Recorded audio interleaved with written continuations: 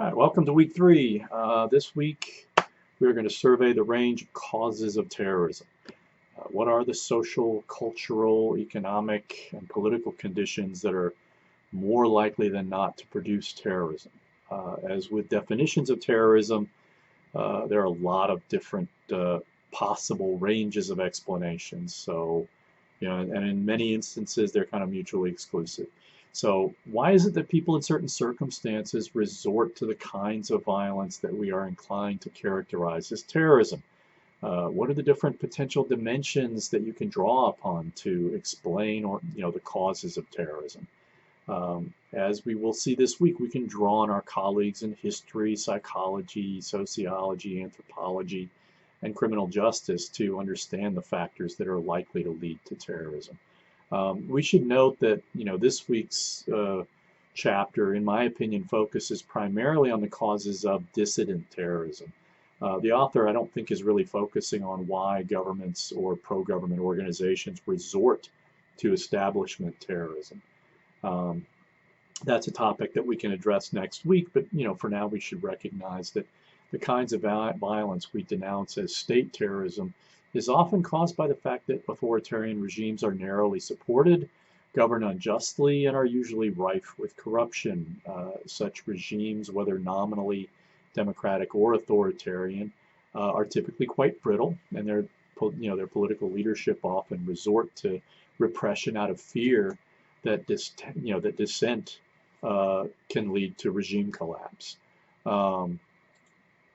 Social science research into the causes of terrorism has reached some tentative conclusions. First, psychologically, we know from extensive interviewing of captured terrorists that they aren't typically crazy in a clinical sense. Rather, they're sane, often educated, and resort to violence for strategic reasons, that are at least logically defensible, if not ethically or morally. Terrorists often go through a process of radicalization, and we know today that social media has dramatically extended the various pathways that potential terrorists can take in becoming radicalized. Sociologically speaking, we know that certain kinds of social conditions are more likely to produce violence than others. For example, that relative deprivation, instances where a gap is produced between expected and realized well-being, can foster aggressive impulses, and that's an important factor in causing violence. Criminological explanations also, help us to understand radicalization a little bit better, noting that criminality is often a learned behavior, and terrorist groups often recruit new members by grooming them, and then by getting them to engage in bridge burning, actions to alienate them from society. Gang behavior and terrorist organizational behavior are often parallel.